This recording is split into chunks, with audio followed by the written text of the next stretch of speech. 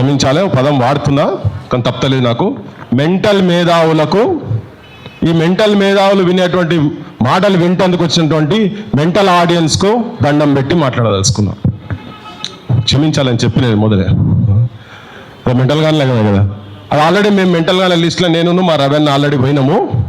ఇప్పుడు ఇవాటి నుంచి మీరందరూ కూడా అదే కోవలకు చెందుతారు కాబట్టి నేను అక్కడ కూర్చొని మా భోజనం చేస్తుంటే నేను అసలు ఈ మీటింగ్కి ఏదో మాట్లాడదామని వచ్చినా కానీ తప్పలేదు, ఇంకోటి మాట్లాడాల్సి వస్తుంది. సరే మిగతా విషయాలు చాలామంది మాట్లాడతారు కావచ్చు, కానీ అక్కడ వింటుంటే మా జీవన్ సారు ఒక మాట మాట్లాడుతుండే. అక్కడ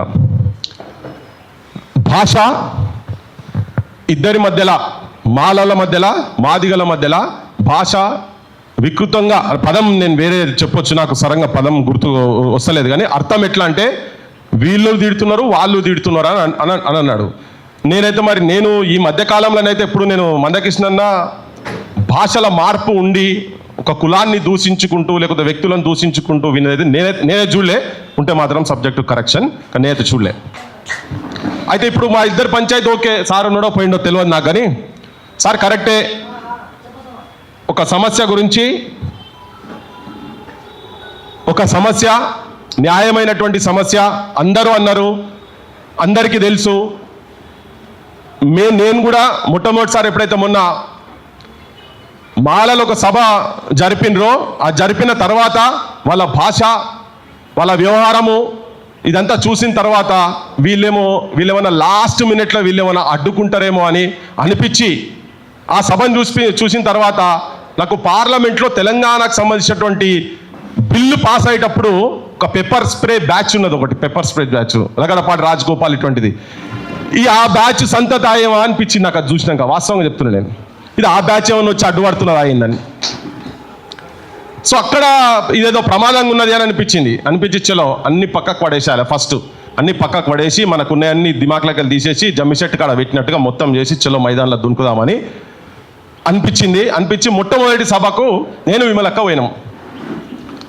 పోతే ఇమీడియట్గా నాకు ఒక మెసేజ్ వచ్చింది. ఒక పెద్ద మనిషి ఇలా రాష్ట్రంలో చాలా గొప్ప వ్యక్తిగా చలామణి అవుతున్నటువంటి, రాష్ట్రంలో ఉన్నటువంటి ఒక 50 లక్షల విద్యార్థుల భవిష్యత్తు మార్చే స్థాయిలో నేనున్నా, ఆ పొజిషన్ నేను పోయినా పనిచేస్తున్నా అనేటువంటి బయట మాట్లాడుతున్నటువంటి ఒక పెద్ద మనిషి ఆకునూరు మురళి, ఆయన పేరు ఆకునూరు మురళి. సార్ వినాలి, జీవన్ సార్ ఇక్కడ ఉంటే మీరు, ఎందుకంటే ఇప్పుడు చాలా గొప్ప మా పదాలు వాడిరు కాబట్టి నేను మెంటల్ మేధావులు ఎందుకన్నా అనేందుకు చెప్తున్నా. నేను ఆకునూరి మురళి అంటే ఆయన ఒక మెసేజ్ పెట్టిండు. అన్న నాగేష్ భాయ్ జర నేను అబద్ధం ఆడితే మళ్ళీ ఎందుకు పర్సన్, నువ్వే చదువుకున్నాను ప్రొఫెసరు, ఆయన ఏం పెట్టిండు ఒక్కసారి జర, ఎందుకంటే జనానికి కూడా తెలియాలి. పుసుకున్న వీడియోలో తప్పు చదువుతున్నాను నేను అనుకోవచ్చు కదా జనాలు. లేదు నేను చదువు కాదు, అన్ననే చదువుతాడు, ఇక ప్రొఫెసర్ సార్ కదా, ఇక నాకెందుకు పంచాయతీ. మరి నేనేమన్నా తప్పు చెప్తున్నాను గిన్న వాళ్ళు ఉంటే వాళ్ళకు ఒక నిమిషం సమాజానికి తెలియాలి, వీళ్ళు ఏం ముసుగులు ఉన్నారు వీళ్ళు అనేది, ఏం మాట్లాడుతున్నారు వీళ్ళు అసలు ఏందనేది కొంచెం తెలియాల్సిన అవసరం ఉన్నది. ఒక్క సెకండ్ అన్న, ఈ మెసేజ్ ఒక్కసారి చదువు, ఈ మెసేజ్ చదువు అన్న జర ప్లీజ్, ఈ మెసేజ్ చదువు. Why Vimalakka and Prithvi are there in Mandakrishna Madiga, a BJP guy? It is fine to support the cause of categorization, but working with Mandakrishna, who is opportunistic, and supporting Manuvadis is questionable. May I request Prithvi to respond, please? Okay, ఇది ఒక్కటి కదా, ఇంకొకటి రెండు చదువు అన్న అయినాయి.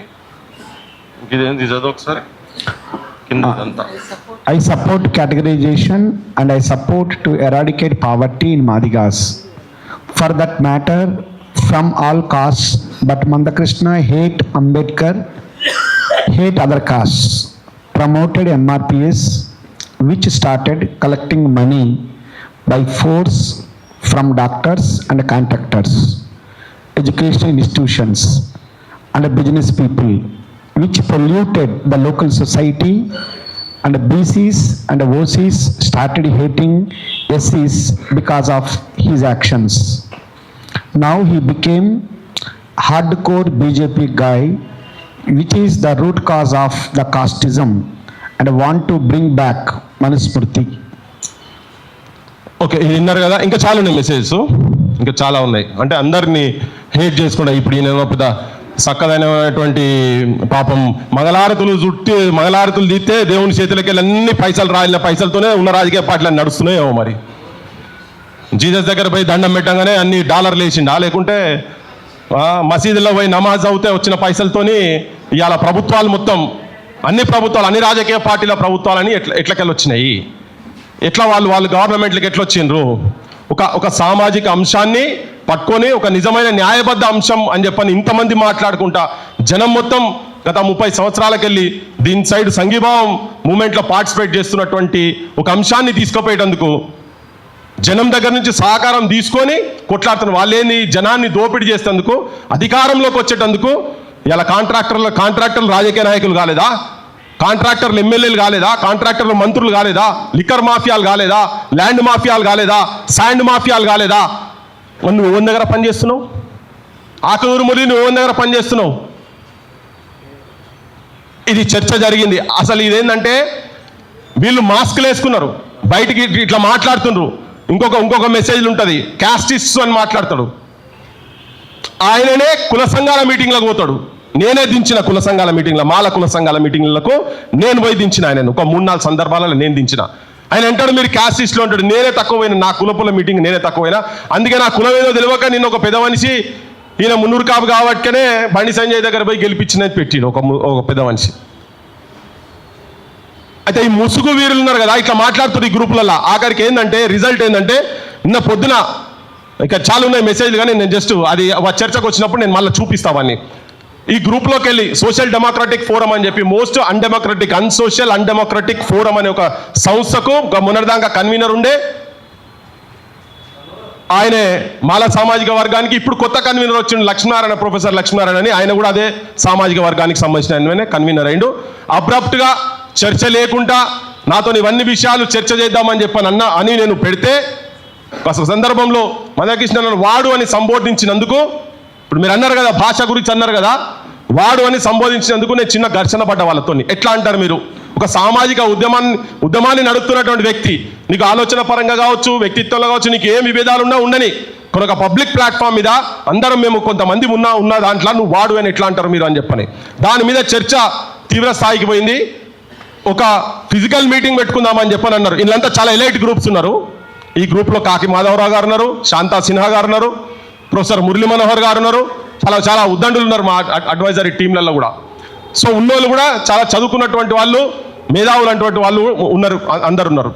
So ఆ చర్చ జరిగింది. దాంట్లో జరిగినాక ఒక ఫిజికల్ మీటింగ్ పెట్టుకొని మాట్లాడదాము అని చెప్పిండ్రు. ఆ ఫిజికల్ మీటింగ్ మళ్ళీ ఇప్పుడు కాలేదు. ఆఖరికి ఏంటంటే ఈ గ్రూప్లకు వెళ్ళి నేను రిజర్వేషన్ ఉద్యమాన్ని, వర్గీకరణ ఉద్యమాన్ని సపోర్ట్ చేస్తున్నా అని అన్నందుకు నన్ను ఇళ్ళకి వెళ్ళి తీసిపడేసారు, ఈ గ్రూప్లకు వెళ్ళి తీసిపడేసారు.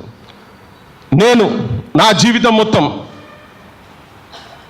నాకు మీసాలు మోల్చిన కాడికెళ్ళో అప్పటి నుంచి మొదలు పెడితే ఇయ్యాలటి వరకు విభిన్న సామాజిక ఉద్యమాలలో తిరుక్కుంటా ఒక బ్యాక్వర్డ్ క్లాస్ కమ్యూనిటీకి వెళ్ళి వచ్చి ఒక రాజకీయ నేపథ్యం ఉన్నటువంటి కుటుంబం.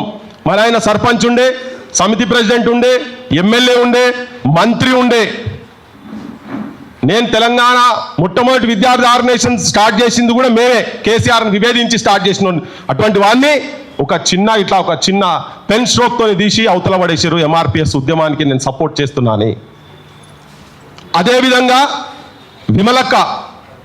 విమలక్కను కూడా క్వశ్చన్ చేసాడు మళ్ళా. ఇక విమలక్క జీవితం నేపథ్యం అందరికీ తెలిసిందే. ఇక్కడ తన 50 సంవత్సరాల సుదీర్ఘ జీవితం, తన 5వ తరగతి 6వ తరగతి ఉన్నప్పుడు పాటలు పాడుకుంటా ప్రజా సమస్యల గురించి తిరిగినటువంటి వాళ్ళ మీద మీరు జీతగాన్లు వండుకుంటూ, అందరిని అంటలేను, ఇగో ఇటువంటి వాళ్ళను ఆడ వండుకుంటూ నౌకర్లు చేసుకుంటూ మా బోటోళ్ళ మీద ఏలెత్తి చూపించి ప్రశ్నలు చేసుకుంటా ఏ స్థాయికి పోయినరు అంటే ఆ సంఘపోళ్ళ దాంట్లో ఒక కో కన్వీనర్, ఆయన పేరు ఎంఎఫ్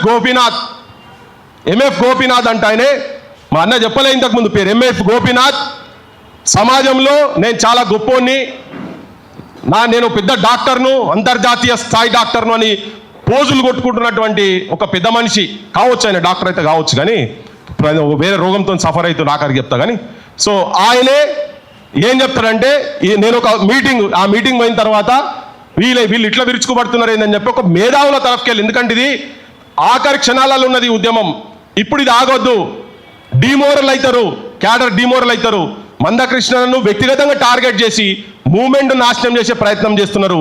దీన్ని ఎక్కడో దగ్గర సమాజం మొత్తం వీళ్ళు ఎంబడున్నది ఈ కాస్కు వెంబడున్నది అంటే కనీసం మాదిగ సెక్షన్ మొత్తం అన్నా మాకు అన్యాయం జరుగుతున్నది, మా నోటికాడి భూవను తీసుకోబోతున్నది అందరి అభిప్రాయం ఉన్నా పోరాడే శక్తి మా దగ్గర ఉన్నదో లేదో అనే ఒక డౌట్స్ ఉన్నప్పుడు అందరం సమాజం మొత్తం కూడా మేము మీ వెంబడి ఉంటామనే మెసేజ్ ఇచ్చేటందుకు ఒక మీటింగ్ ప్లాన్ చేద్దామని చెప్పి నేను మా సమాజంలో అన్ని రంగాలల్లో అది కుల సంఘాలు కావచ్చు, ఆది నుంచి వస్తున్నటువంటి కళారూపాలు కావచ్చు, కళలకు సంబంధించినటువంటి వ్యక్తి వాటిని కాపాడుకునేటువంటి మూమెంట్లలో ఉన్నటువంటి వాళ్ళు కావచ్చు, తెలంగాణకు సంబంధించినటువంటి వాళ్ళు కావచ్చు, తెలంగాణ ఉద్యమానికి పురుడు పోసి స్టాటిస్టిక్స్ ఇచ్చినటువంటి పిఎల్ విశ్వేశ్వరరావు, సింహాద్రి సార్ ఇటువంటి వాళ్ళందరినీ కూర్చోబెట్టి మీటింగ్ పెడదామని. నేను ఇవన్నీ డీటెయిల్స్ ఎందుకు చెప్తున్నా అంటే మీకు కూడా తెలిసి ఉండాలి, జనం కూడా తెలిసి ఉండాలి. అటువంటి వాళ్ళందరినీ కొంతమందిని పిలిచి మాట్లాడి ఈవెన్ జ్యుడిషియరీకి సంబంధించినటువంటి ఇలా నేను ఆ రోజు వేదిక మీద చెప్పిన ఇప్పుడు చెప్తున్నా 24 క్యారెట్ గోల్డ్ జడ్జు అని మనం గొప్పగా చెప్పుకోవాల్సిన వ్యక్తి బీసీ సామాజిక వర్గాలలో ఉన్నటువంటి ఒక చంద్రకుమార్ సార్ని కూడా పిలిచినాం. సార్ చెప్పండి మరి జడ్జిమెంట్లలో ఏమున్నది, మీది న్యాయబద్ధమైన డిమాండ్ అయినా కాదా అని చెప్పాను. వచ్చి వాళ్ళందరూ వచ్చిండ్రు. జయధీర్ తిరుమలరావు గారు, ప్రొఫెసర్ జయధీర్ తిరుమలరావు గారు, ప్రొఫెసర్ పిఎల్ విశ్వేశ్వరరావు గారు, ప్రొఫెసర్ మురళీ మనోహర్ గారు, ప్రొఫెసర్ తిరుమలి గారు, తర్వాత మన జస్టిస్ చంద్రకుమార్ సార్, ఇంకా కొంతమంది నరేందర్ గౌడ్ గారు, ప్రొఫెసర్ నరేందర్ వారు కూడా వచ్చిండ్రు. అందరు వచ్చిండ్రు, కూర్చున్నారు, మాట్లాడిన క్రమంలో వాళ్ళు ఎందుకు కావాలి ఏంటిది ఎవరు కూడా పంచాయతీ పెట్టుకోమని చెప్పలే. వాళ్ళు ఎవరు పంచాయతీ పెట్టుకోమని చెప్పలేదు, ద్వేషించలేదు, దూషించలేదు, ఏం చెప్పలేదు.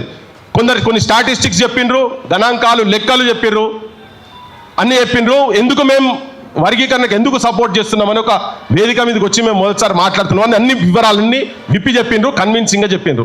ఇది భరించలేక అది అయిన తర్వాత తీసేసి ఒకటైతే మమ్మల్ని ఏమంటారంటే ఆ వేదిక గురించి మాట్లాడిన వాళ్ళను, వేదిక మీద మాట్లాడిన వాళ్ళందరినీ మేమట మెంటల్ మేధావులమట. వర్గీకరణకు సపోర్ట్ చేసిన వాళ్ళు ఎవరైనా వాళ్ళ దృష్టిలో మెంటల్ మేధావులు, ఇదే పదం వాడి కాబట్టి క్షమించాలని చెప్పిన. అందుకనే వేదిక మీద ఉన్న వాళ్ళకు ఇది నా పదం కాదు. గోపీనాథ్ నేను వ్యక్తిగా చూస్తున్నా అంటే ఇప్పటివరకు వ్యక్తిగా చూస్తున్నావచ్చు, కానీ మాల సంఘంకెళ్ళి మాట్లాడుతుంటే మాత్రం మాకు ఆబ్జెక్షన్. ఎందుకంటే మాల సంఘాల మీటింగ్లలో కానీ పోతుంటాడు కాబట్టినే. ఇంకోటి ఇక్కడ మేము ఆ రోజు ఇక్కడ మాట్లాడిన మీటింగ్ సందర్భంగా మా విఠల్ ఏం చేసిండు, సామాజిక స్మగ్లర్లు, సామాజిక మాఫియా ఎవరెవరైతే ఈ వర్గీకరణ వ్యతిరేకిస్తున్నారో అన్నాడు. కులం పేరు ఎక్కడ దిగలే, కులం పేరు ఎక్కడ ప్రస్తావన జరగలే. ఆ చర్చలో జరిగినప్పుడు బీసీలలో కూడా దాదాపు 70కి పైన కులాలలో కనీసం వార్డు మెంబర్లు కూడా కానటువంటి కులాలు ఉన్నాయి. వాళ్ళకు న్యాయం జరగాలి, వాళ్ళను కూడా భాగస్వామ్యం చేయాల్సిన అవసరం ఉందని చెప్పి మాట్లాడినా మా మీటింగ్లో. అయినా కానీ అంటే మా వైఖరి క్లియర్ ఉన్నది. ఇక్కడ మీ దాంట్లో 3-4 కులాలే మీ వాటాలు తీసుకుంటున్నాయి కానీ మాట్లాడారు వాళ్ళు.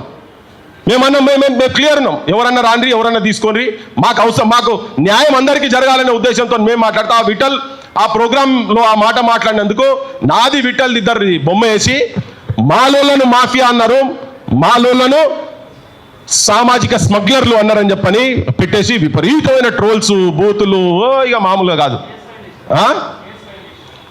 కేసు ఫైల్ చేసిరు కదా, ఇవాళ పొద్దుగాల కేసు ఫైల్ చేసిరట.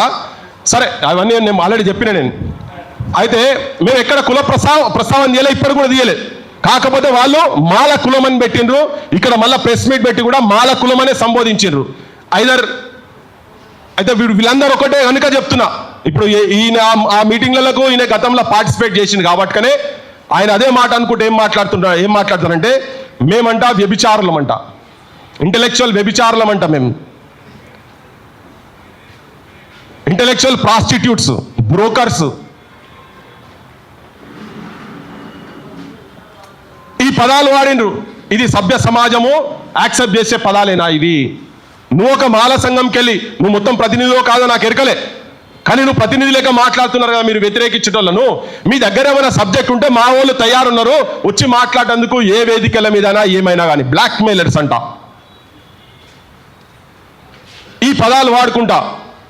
సార్ మరి జీవన్ సార్ దీని గురించి ఏం చెప్తారో చెప్పాలి. మరి మమ్మల్ని ఎందుకు అన్నాడు, మేమేం చేసినాం, మేము ఎక్కడ మాట్లాడినామా? ఇప్పుడు మీరు అంటున్నారు ఇక్కడ అక్కడ అని అంటున్నారు కదా, రేపు పొద్దుగాల ఇప్పుడు మీరు కూడా అంతే, మీరు కూడా సేమ్. ఎందుకంటే ఈ డిమాండ్కి సపోర్ట్ చేస్తారు కాబట్టి జీవన్ సార్ను కూడా ప్రాస్టిట్యూట్ అన్నట్టే. ఇప్పుడు ఈ వేదిక మీద ఉన్న అందరం అదే కథకు వస్తాం, మీరందరూ కూడా అదే కథకు వస్తారు. అరే ఎంత బరి తెగించి విచ్చలవిడిగా అంటే ఈ కమిషన్ మొత్తం ఫస్ట్ లోతూర్ కమిషన్ చైర్మన్ కూడా నువ్వు ప్రాస్టిట్యూట్ అంటావు, అంతే కదా. ఉషా మెహ్రా గారు ఇచ్చేటువంటి రిపోర్టు దీనికి సపోర్ట్ చేసుకుంటూ ఇచ్చింది కాబట్టి వాళ్ళు ప్రాస్టిట్యూట్సే నీకు. సుప్రీంకోర్టు జడ్జిలు మొత్తం 7 బెంచ్ జడ్జెస్ మొత్తం అందరు జడ్జిమెంట్ ఇస్తే అందరు ప్రతి ఒక్క జడ్జిల కన్నా మీకు ఎక్కువ తెలివి ఉన్నది, మీకు అందరికన్నా ఎక్కువ రాజ్యాంగం మీద మీకు అవగాహన ఉన్నది. ఆకునూరి మురళి అండ్ బ్యాచ్, నేను ఆ బ్యాచ్లో కలపదలుచుకుని, ఎందుకంటే అది బ్యాచ్ ఎంఎఫ్ గోపీనాథ్ వీళ్ళంతా మీకు అంతకన్నా గొప్పలు కాబట్టి చీఫ్ జస్టిస్ ఆఫ్ ఇండియా ఆయన కూడా మీకు ప్రాస్టిట్యూటా? వాళ్ళందరి జడ్జిమెంట్లు వచ్చిన తర్వాతనే మేమందరం మాట్లాడుతున్నాం ఇక్కడ, వాటి ఆధారాలను పట్టుకొని మాట్లాడుతున్నాం. వాళ్ళు కాదు, అన్ని రాజకీయ పార్టీల మేనిఫెస్టోలల్లా వర్గీకరణకు సమర్థించుకుంటా మేము వచ్చినాక ప్రభుత్వాలకు వచ్చినాక మేము అమలు చేస్తున్నాం అన్నారు. అంటే ఇప్పుడు నువ్వు ఎంతమందిని ప్రాస్టిట్యూట్స్ అంటున్నావు నువ్వు?